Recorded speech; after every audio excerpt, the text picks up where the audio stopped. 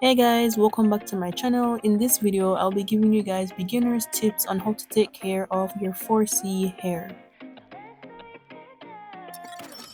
I'll look at you and say 나를 봐봐 my craze 조금 더 망설이지 마 alright I don't want a best friend 너도 Okay, so our first chapter is detangling. So when we're detangling our 4C hair, we have to be very patient and gentle. In order to detangle our hair in a more gentle way, we can incorporate the usage of hairsprays like water just to moisturize and soften our hair to help us detangle it better.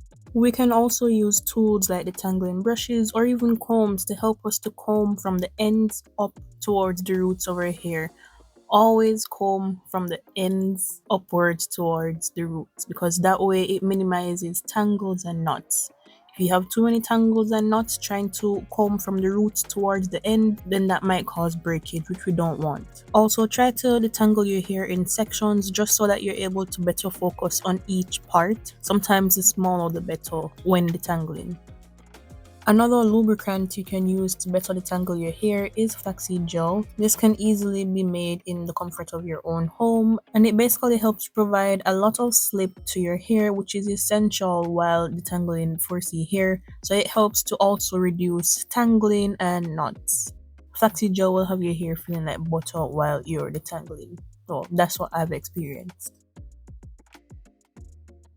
So the main things that we can take away from this is that first, whenever we're detangling our hair, we need to make sure that it's at least moist. It doesn't need to be wet, but it needs to be at least moist so that we can better detangle our hair. Number two, detangle in sections so that we can better focus on each part of our hair. And number three, ensure that when we're detangling our hair with a brush or a comb, we're detangling from the ends upwards towards the roots. I've created a video about detangling in more detail. If you'd like to watch it, it has been posted on my channel. So next up, we will talk about cleansing or natural hair. So when we're cleansing our natural hair, of course, we need to start by wetting our hair with water. If you have low porosity hair like mine, you might benefit from using warm water first. Another important thing to add is that there are two different ways that you can clean your natural hair. One of them is regular way, which is simply to shampoo your hair twice and then condition. This is what I'll be going through first. So when we're shampooing our hair, this is when we're basically trying to clean our hair and to get rid of any buildup and oils, dirt and impurities that can block our pores or cause our hair strands to become heavy and weighed down. We have to focus on using our fingertips, not our fingernails, to help us to clean our scalp, just to prevent unnecessary tension, scrapes, or bruising. After we're finished with our first shampooing, we can go ahead and wash our hair and then move on to our second shampoo. This second shampoo is basically just to get rid of any dirt that may have been left behind and to ensure we actually do a proper cleanse. Using tools like a shampoo brush or a scalp massage brush can help with removal of buildup on your scalp, and it can also help with stimulating blood flow to your scalp, but it's not necessary as you can just use your fingertips to clean your scalp and hair.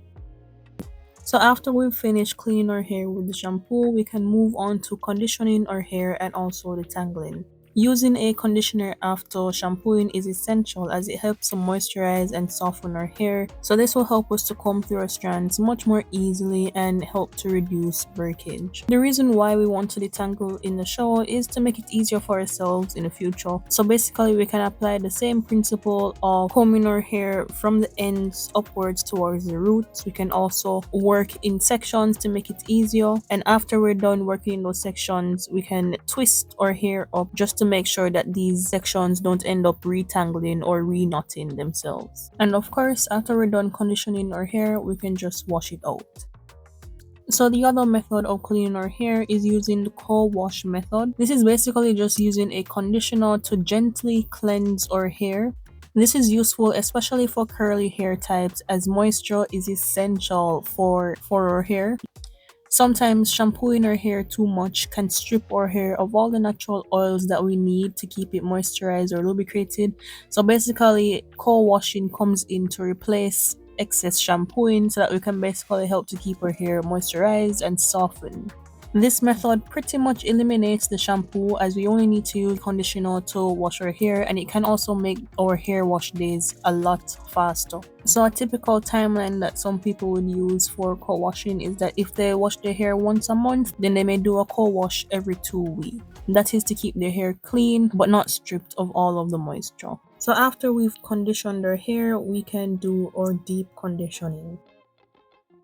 So deep conditioners basically work as intensive masks or treatments that basically support the health of our hair strands. So you have many different purposes of deep conditioners. Some of them work to repair hair, like protein treatments, and some of them work to moisturize and nourish your hair. Ultimately, these deep conditioners work to strengthen and restore our hair to a healthy state. Thicker and more moisturizing deep conditioners tend to work better for natural hair, well, sometimes at least, simply because it takes a lot more conditioner to coat our hair strands, and sometimes our hair is just generally drier than other hair types. So, using a deep conditioner is beneficial for that purpose of moisturizing and nourishing our hair strands.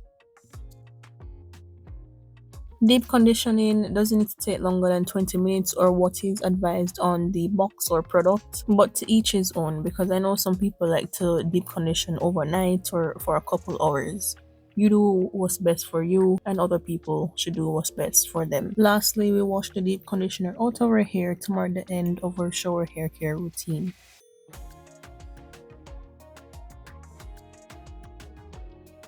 An easy way to remember how to moisturize your hair is using the LOC method or the LCO method. So basically, this is using a liquid, then a cream, then an oil, or using a liquid, then an oil, and then a cream to lock in the moisture of your hair. If we were only to use a liquid to moisturize our hair, then that liquid would quickly evaporate, yet again leaving us with dry hair. So we basically want to use a liquid and a cream to help us to better trap that moisture in. Similar to using a thick deep conditioner, using thicker creams and even butters for our natural hair also helps to act as a sealant which can better trap in the moisture. So whatever method you choose to use, we want to ensure that we're using a generous or a good amount to apply to our hair just to ensure that we're properly moisturizing our natural hair. We also want to make sure that we're detangling in sections and ensuring to twist that section afterwards just to make sure that it doesn't get tangled again or knotted. So the twists basically work as a protective style before we actually style our hair how we want. So this takes us to our fifth chapter, which is protective styling. So basically, protective styles are any style that you do that promote healthy hair growth. So these styles help to reduce manipulation and breakage as we don't need to touch our hair too much or comb through our hair every day because we can leave our hairstyles in for 2 weeks up to a month with these protective styles. A simple protective style I did was to put my hair into twists. This was done the day after I washed my hair, and it literally took me just about 2 hours because I was not using a comb to try and create neat parts or anything. I simply grabbed a section and I twisted, and that was it. So here you guys can just see me using a styling mousse. This styling mousse is just to help with reducing frizz. The less frizzy my hair looks, the neater it looks basically. And you know, natural hair girlies love when their hair look neat. So this mousse just basically helps with that. So I've literally done my protective style by myself in the comfort of my own home, and this style can take me for up to 2 weeks or even a month until I'm ready to wash my hair again.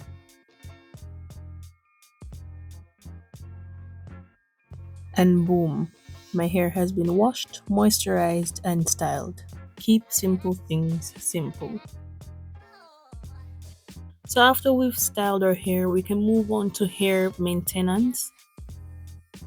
Hair maintenance is basically everything you do while your hair is in a protective style to basically protect and nourish your hair. So this can include moisturizing your hair by spraying it with water, or it can include applying a cream to your hair strands to help provide moisture since of course Our hair will naturally get more dry as time goes on. We need to constantly reapply moisture and creams to our hair.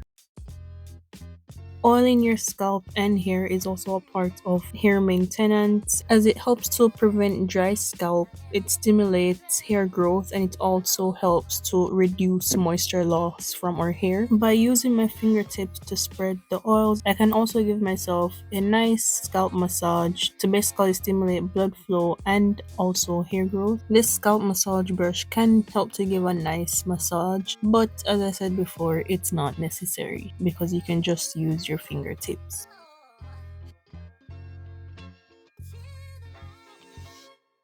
Lastly, you want to ensure that every night before you go to sleep, you put your satin bonnet cap over your hair to protect your hair from becoming too dried out because of the cotton pillowcases or undergoing too much friction and tension whilst rubbing against the cotton pillowcases. As you guys can see, I use a satin bonnet and then I use a shower cap. This is simply to prevent the oils from my hairs from seeping onto my sheets.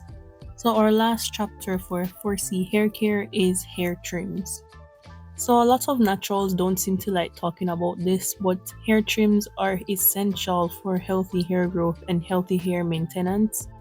When we cut or split ends off, it helps to prevent our hair from getting much worse and undergoing a lot more breakage. So cutting or split ends basically help our hair to flourish, and we only need to cut our hair or get hair trims as necessary. So whenever we see damage or split ends, then it may be time for a hair trim.